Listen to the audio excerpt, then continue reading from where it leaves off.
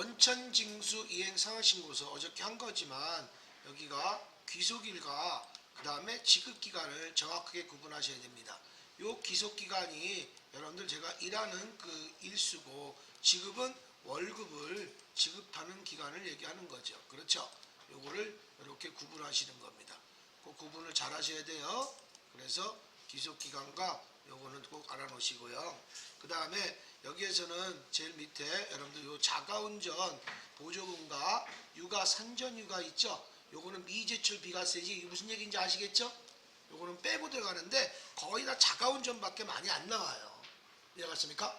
두 개는 알고 계시지만 그래서 여기는 제외된다라는 얘기입니다. 이해가셨죠? 또한 여기 보시면 여기 보셔서 맥혀 보시면 여기 전월미환급세액 있죠? 요 자리 전월미환급세액도 항상 지방세가 제외되는 금액이다라는 얘기입니다. 그 다음에 환급 신청도 그대로 음수로 쳐주는 게 아니고 그냥 바로 옆에 있는 차월이 환급세액 있죠? 이걸 그대로 적어주면 되는 거예요. 이해갔습니까? 이렇게 해서 환급하면 이걸 그대로 베껴 쓰시면 되겠고 전월에는 이거 직접 입력하시는 거죠. 단 지방소득세는 제외다. 이해갔습니까? 이거 여러분들이 알고 좀 제가 한번 다시 한번 말씀을 드린 겁니다. 그래서 여기 지방소득세는 제외다라는 걸 여러분들 알고 계시고요. 넘기겠습니다. 자, 급여자료 입력 원천징수입니다. 원천징수란 납세의무자가 자신의 세금을 직접 납부하지 않고 소득을 지급하는 원천징수 의무자가 세법에 규정하는 일정액을 대신 징수하여 국가에 납부하는 제도이다. 이렇게 나와 있습니다. 원천징수해야 할 소득은 근로소득, 퇴직소득, 이자소득, 배당소득, 연금소득, 사업소득, 기타소득, 비거주자의 국내 원천소득까지도 다 원천징수에 들어갑니다. 원천징수는 여러분들 원래 징수할 세금이란 얘기예요. 말 그대로. 원천징수 대상은 소득금액 또는 수익금액으로 지급할 때 원천징수를 한다.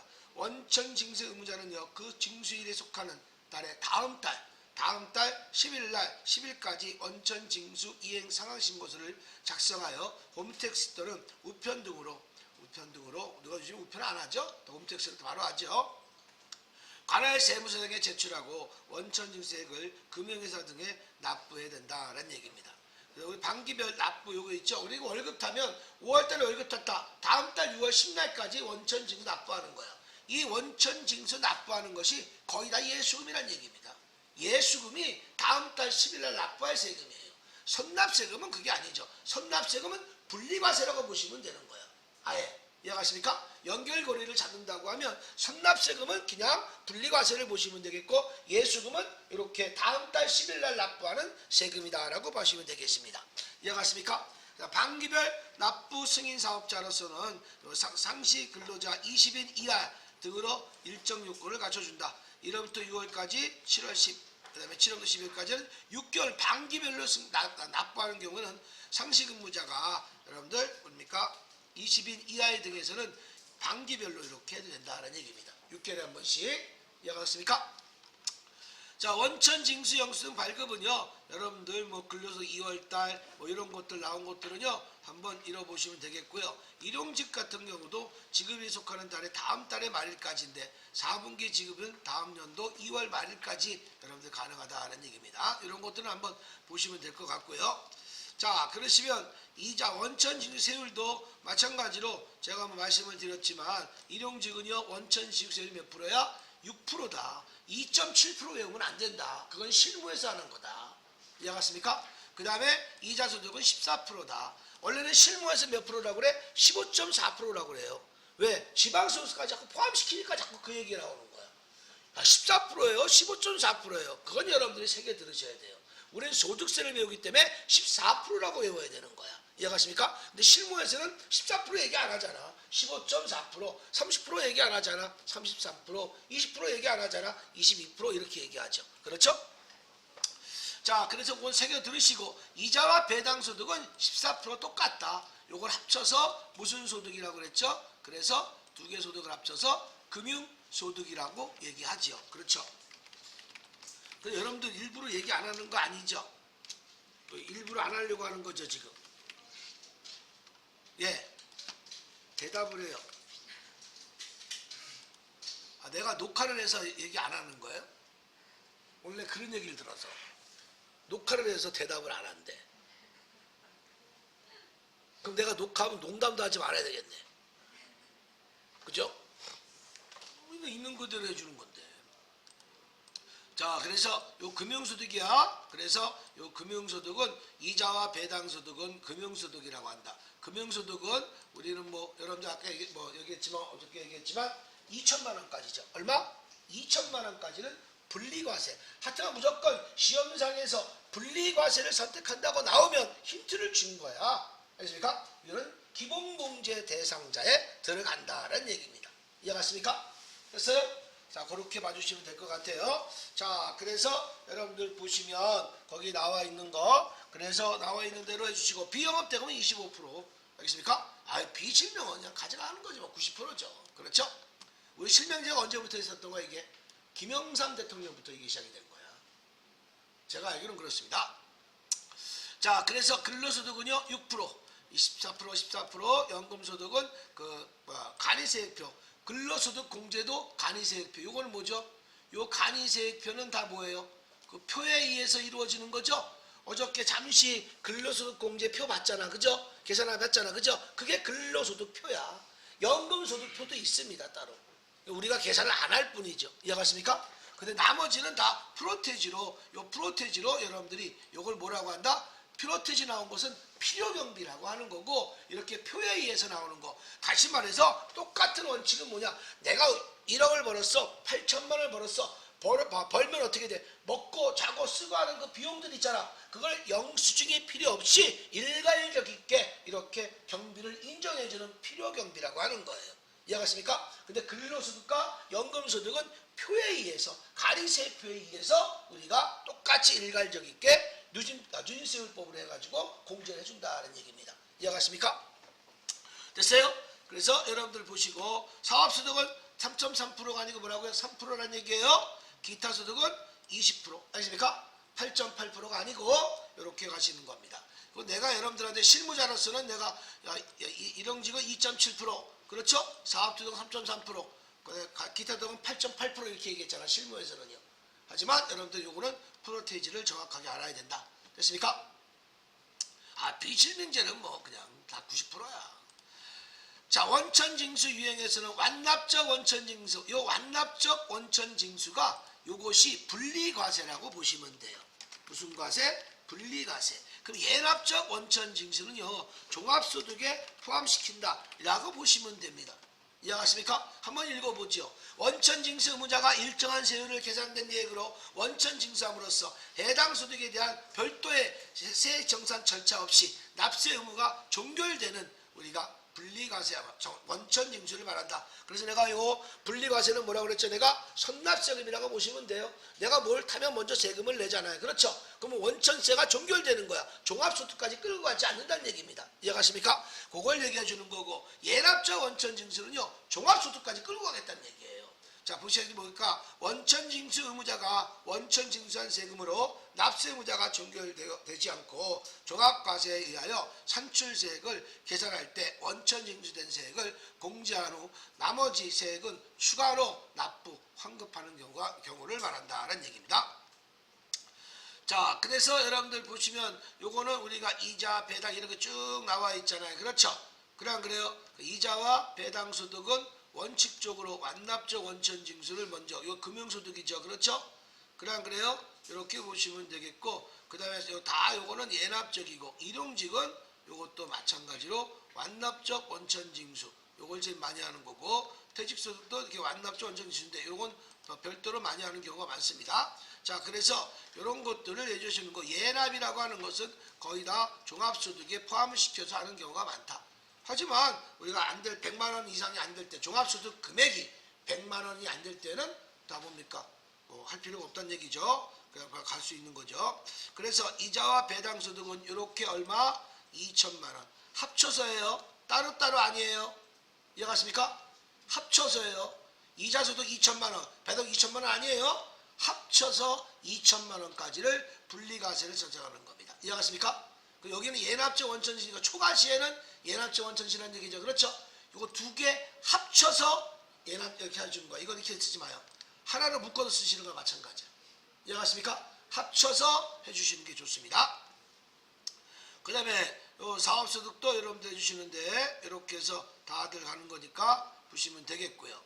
자, 그 다음에 여러분들 보셔서 분리과세와 분류. 분리는 뭐라고 그랬죠? 일정한 소득에 대한 기간별로 합세하지 않고 해당 소득에 지급할 때 소득세를 원천 징수함으로써 과세가 종결하는 방식이다. 분류는요, 다른 소득과 합세하지 않고 별도의 해당 소득만 분류해 과세하는 방식이다. 이 분류과세를 그래서 무슨 소득이라고 그랬죠? 퇴직소득과 양도소득을 분류과세라고 얘기하죠. 그렇죠? 자, 인적공제 어저께도 해봤으니까 근로자의 모든 본인 및 배우자 생계를 갖추는 부양가족에 대하여 당해 근로자의 생계 비용을 등을 고려하여 기본공제 및 추가공제 제도를 두고 있으며 이를 총괄하여 인적공제라고 한다.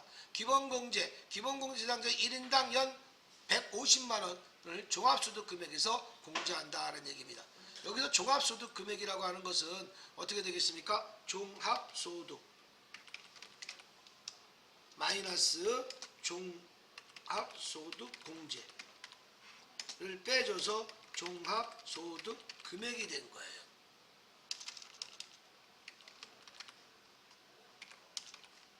이렇게 나오는 거예요. 이해가십니까? 요거는 그래서 우리 종합소득 금액을 보고 얘기하는 거예요. 종합소득 금액이 얼마까지? 100만 원까지는 우리가 기본공제 대상자가 들어가는데 이해가십니까? 여기 기본공제 150 들어갑니다. 단 근로소득만 있을 경우에는 얼마? 근로소득 있을 경우에는 근로소득 잘 나와서 총급여 500만 원 얼마? 500만 원 마이너스 70%를 공제해서 얼마? 150만 원까지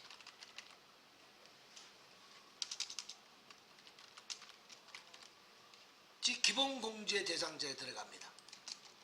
이해갔습니까? 원래 이 종합소득은요, 요 몇 가지 합치는 거야? 6가지를 다 합치는 거야? 됐어요? 6가지 다 합치는 거예요. 종합소득은. 근데 6가지 소득 중에서 근로소득만 있을 때는 우리가 150만 원까지, 총급여는 500만 원까지는 기본공제 대상자에 들어간다라는 얘기입니다. 이해갔습니까?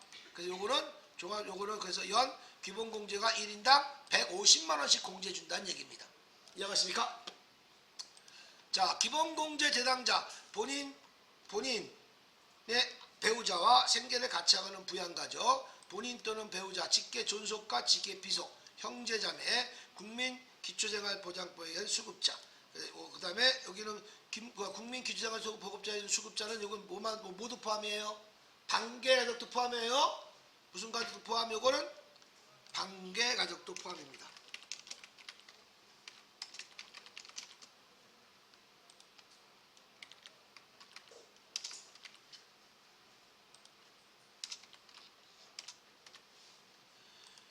그 다음에 가생이 6개월 이상의 위탁아동, 양육한 위탁아동까지. 이해갔습니까? 요거 6개월 이상 있어야 되는 거야. 6개월이 지나야 됩니다. 우리 부도되는 것처럼. 만약 거기다 좀 이상해져. 좀 사람에다가 이렇게 하면 안 되지만. 자, 이런 것들이, 그래서 부양가족 연간 소득 금액이 합계가 얼마? 100만 원이어야 된다는 얘기입니다. 이해갔습니까? 그 6가지 소득을 다 합치면 100만 원 넘어. 많은 다 있는 사람들. 2개만 있어도 다 넘는데. 그 종합소득 금액이 100만 원 6가지 소득 다 합쳐서.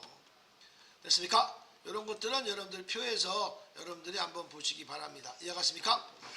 자, 그 다음에 여러분들 보셔서 이런 것들도 여러분들이 공제하는 것은 요것은 해당 사항이 없어서 교재처럼 그냥 보시면 되겠고요. 자, 추가 공제도 그 말씀드렸을 거예요. 경로자 100만 원, 장애인 200만 원, 부녀자는요, 요게 제일 중요합니다. 종합소득 금액이 3천만 원 이하인, 알겠습니까? 여성 근로자에 한해서만 연 50만 원이에요. 한부모는 100만 원 이렇게 됐습니다. 이해하십니까? 요거는 여러분들이 뭐 그 정도만 알고 계시면 됩니다. 오케이? 자, 넘어가고요. 요것도 넘어가시겠고요. 자, 오늘 주된 몫은 연말정산 추가자료 입력입니다. 이해갔습니까? 오늘 어저께까지 한 거 복습한 거나 마찬가지예요. 아셨죠? 자, 그 다음에 연말정산 추가자료 입력. 오늘 본 게임이 여기 들어가는 거겠죠. 연말정산이란 근로소득을 지급하는 자가 다음해 2월분 급여를 지급하는 때 1년간 지급하는 급여에게 세법에 의하여 인정하는 비과세 소득을 차감하고 근로자 제출하는 소득공제 신고에 의하여 각종 소득공제 및 세액공제 등을 계산하여 근로자별로 부담해야 할 연간 소득 금액을 확정하는 것이다. 연말정산 의무자, 근로소득을 지급하는 모든 개인, 법인 이런 것들을 국가, 지방자치를 포함해서 계속근무자, 상속근무자라고 하죠. 그렇죠. 그래서 연말정산 의무자는요, 월별 납부 및 반기별 납부 여부에 불구하고 2월분 급여 지급 시 연간 급여에 대한 연말정산을 해야 된다. 또한 2월분 급여를 2월 말일까지 지급하지 못한 경우에는 2월 말일까지 연말정산을 해야 한다. 중도퇴직자는요, 근로자의 퇴직한 날에 다음 달 급여를 다음 달이 아니고 근로자의 퇴직한 달에 급여를 지급할 때 연말정산을 해야 된다. 반기별 납부 경우도 있다는 얘기죠. 뭐 신고 납부 지급조도 제출은요, 여러분들이 요거는 뭐 한번 보시면 될 것 같습니다. 됐습니까? 자, 그 다음에 여러분들 연말정산 절차도 요것도 시험 범위는 아니지만 교재에서 대학 교재에서 만들어준 거라 소득공제에서 신고에 관련된 서류 수집, 소득공제 신고 및 기재되는 증거 서류를 확인하여 추가공제 사항 정리하고, 그 다음에 소득자 근로소득 원천지 징수부를 작성하고 영수증 작성하고 소득자 제출 직계표를 작성한다라는 얘기입니다. 자, 이런 것들도 보시고, 자, 그러면 인적공제는요, 부양가족이 있고 여러가지 등등이 있겠죠. 그렇죠. 이런 것들이 이루어지는 거고요. 이건 뭐 시험 때 상관이 없어서 근로소득 원천지 방법도 일반 급여액도 급여자 뭐 이런 것들도 똑같이 봐주시면 될 것입니다. 오늘서부터 들어가는 건 여기다라고 보시면 되는데, 이것도 우리가 했던 거예요. 기본공제 대상자 아시죠? 그렇죠? 기본공제 대상자도 우리가 요거 다 한 거니까 한 표로 만들어 드린 거예요. 이해갔습니까? 요 표를 참고할 수 있도록 하시기 바랍니다. 이해갔습니까? 꼭 알아둬야 될 건 뭐냐? 요거 위탁아동 잘 나오니까, 위탁아동은 18세인데 고등학교 재학 중일 때는 나이를 무관하고 위탁아동에 포함시킨다는 거, 이런 것들이 포인트로 잘 보시면 될 것 같습니다. 또한 제가 여기서는 안 했지만 배우자와 장애인은요, 배우자와 장애인은 여기 보세요. 배우자 장애인은 뭡니까? 나이 제한이 없습니다. 소득 제한만 있어요. 배우자와 장애인은 무조건 나이 제한은 없고 소득 제한만 있다는 거, 그런 게 포인트다. 알겠습니까? 자, 이렇게 해서 봐주시면 되겠고요. 자, 그러면 요것도 저 어저께 얘기한 것처럼 우리 추가 공제 얘기한 거 있었죠? 그래서 한부모, 부녀자 공제, 70세, 부녀자 세대주, 장애인, 출산, 입양, 자녀는 몇 세부터 몇 해? 중요한 건 자녀는 8세부터라는 거. 이해가십니까? 8세부터 20세까지라는 거. 단 여기 보세요. 8세부터 20세인데 내 자식이, 내 자녀가 나이를 무관하고 장애인이면 소득이 없을 때는 30살이라도 40살이라도 20세 이하의 자녀에 들어간다라는 얘기입니다. 이해갔습니까? 그런 걸 좀 조심히 잘 볼 수 있도록 하세요. 자, 어저께 이렇게 하신 거고, 오늘 연말정산 추가자료 입력 요거 여러분들 들어가실 거예요. 여러분들 프린트는요, 여기 있습니다. 제가 요거 드린 거 있죠? 검정시험 페이지 수 12쪽에 아예 정리돼서 해놨어요. 메모할 때 여기다가 메모할 옆에다가 할 수 있도록 하세요. 이해갔습니까? 됐어요? 요거 하실 거예요. 아셨습니까? 자, 요거만 잘 하시면 되는 거니까. 자, 기타 건강보험료. 먼저 우리가 뭐부터 열을까요? 프로그램을 잠깐 열어봐야 될 것 같은데, 프로그램을 열어봐야 되겠습니다. 프로그램 열어서 여러분들 보시면 어디로 들어갈 거냐? 전체 다 한 거니까 연말정산 추가 자료 입력까지니까 이건 3200번 급여 자료 입력까지를 들어가십시오. 이해가십니까? 3200번으로 들어가셔서, 자, 여기에 보시면 원천징수에 그 다음에 연말정산 추가 자료 입력 있죠? 요거를 딱 들어가셔서 여기에서 오늘 다 할 건데 전사원 불러오게 하겠습니다. 쭉 부르면 전체가 다 불러와집니다. 아셨죠? 여러분들 입력한 것도 여러분 되지만 이걸로 해도 됩니다. 알겠습니까? 이렇게 여러분들이 해주신 거 요거 가지고 여러분들 하시는데 앞으로 여기 잘 들으세요. 입력하는 것부터 가르치겠습니다. 소득명세는 입력하는 게 종전근무지밖에 없어요. 내가 만약에 이 회사에 4월달에 입사했다. 그럼 내가 1월부터 3월까지 딴 데 근무한 적이 있죠? 있으면 종전근무지가 들어가는 거야. 이해갔습니까? 이게 종전근무지가 2개 있으면 그 연도에 3번째 옮기는 거지. 그렇죠? 그래 안 그래요? 그렇게 되는 거고, 요 종전근무지인데 우리는 기납부세액에서 끝나는 거야. 기납부세액 알겠습니까? 여기에서 우리가 결정세액을 꼭 해놓으세요. 요거는 여러분 시험 문제 나올 때 결정세액이 나와. 결정세액이 기납부세액에다가 입력하시는 거예요. 이해갔습니까? 요거 여러분들 오늘 요번에 하셔야 될 것 같습니다. 결정세액이 기납부세액에다가 소득세와 지방소득세를 입력하는 거예요. 결정세액입니다. 다른 소득 들어가면 안 돼요. 소득세가 3개 나와. 결정세액입니다. 이해갔습니까? 됐어요? 나 물어보기만 해봐. 그냥 가서 꼬집을 거야. 듣고 있는 거죠 지금? 네, 감사합니다. 대답해 준 사람은 행복이 가득하길 바라겠습니다. 자, 그래서 여기 보시면 그거 하시는데 잠깐 여기도 더 들어갑니다. 그래서 여기 보시면 소득공제 이렇게 되는 거고, 부양가족은요. 부양가족은 보험료와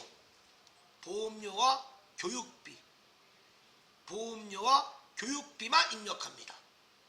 그래 뭐 안 써도 되는 게 뭐냐면 여기 보세요. 신용카드, 의료비, 기부금, 연금저축, 월세, 그다음에 출산지원금 요런 여기에 폴더가 없죠. 교육비가 없고 보험료가 없어. 그래서 부양가족에서 더블 클릭하는 거야. 그것도 다 아무 말이 없으면 다 국세청에다가 입력합니다. 이해갔습니까? 아무 말이 없으면 다 어디에 입력한다? 국세청에 입력합니다. 여기 AT는요 국세청 기타가 다 있어. 학원비 같은 거 근무하는 건 뭐야? 학원비는 국세청이 있겠습니까? 기타에 들어가겠지. 예를 들어서. 근데 여기는 거기 K11 다 아무 조건이 없으면 다 국세청에다가 입력하시면 답은 정답으로 지어줍니다. 이해갔습니까? 그리고 여기 교육비는요 여기다 입력하시는데 입력하실 때 항상 하단부를 보셔야 돼요. 여기 보셔서 찍게 되면 여기 보셔서 뭐가 나와요. 아셨죠? 여기 뭐 장애인 교육비는요 아무 때나 나오지 않습니다. 장애인만 나와요. 여기 김미숙 들어가봐. 장애인이 활성화가 안 돼요. 아셨습니까? 뭐 이런 거 잘 믿고 할 수 있도록 하세요. 그래서 부양가족은 보험료와 여기 보장성 보험료와 교육비만 들어갑니다. 그러니까 여기 툴바에 없으면 여기란 얘기야. 부양가족에 입력하는 거고, 그 다음에 부양가족에서 여기다가 사원 등록을 여기다 하라는 경우가 있어. 여기다 직접 안 해도 돼. 사원 등록 들어가셔야 해도 돼. 어차피 일로 올 거니까. 그래서 여기 세대주라고 안 나왔어. 그건 사원 등록이야.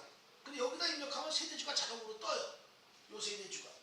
이해갔습니까? 신경 쓸 거 없어요. 아셨죠? 근데 여러분들 보시면 어차피 사원 등록하면 그대로 들어오기 때문에 그건 양쪽 다 채점할 수 있는 겁니다. 알겠습니까? 알고는 계셔라. 항상 부양가족 탭에다가 입력하시오 라고 나옵니다. 꼭 확인을 해야 됩니다. 아셨죠? 사원 등록해가지고 여기에 사원 등록한 거 있죠? 여기 사원 등록 이승주 여기 한 거 있잖아. 부양가족. 이게 이거하고 똑같은 거라고. 근데 여기는 세대주라는 것이 없잖아. 근데 여기는 세대주라고 나와. 요거는 부양가족 탭에서 입력하는 거야. 여기서 입력해도 괜찮고 여기서 입력해도 괜찮다. 이해갔습니까? 뭔지 알겠어요? 답은 똑같으니까. 아셨죠? 자, 이렇게 해서 말씀을 드렸고요. 자, 그럼 기타 건강보험료는 우리는 해당 사항이 없어요. 요거는요. 요건 지역의료보험 있죠. 내가 100% 다 내는 거.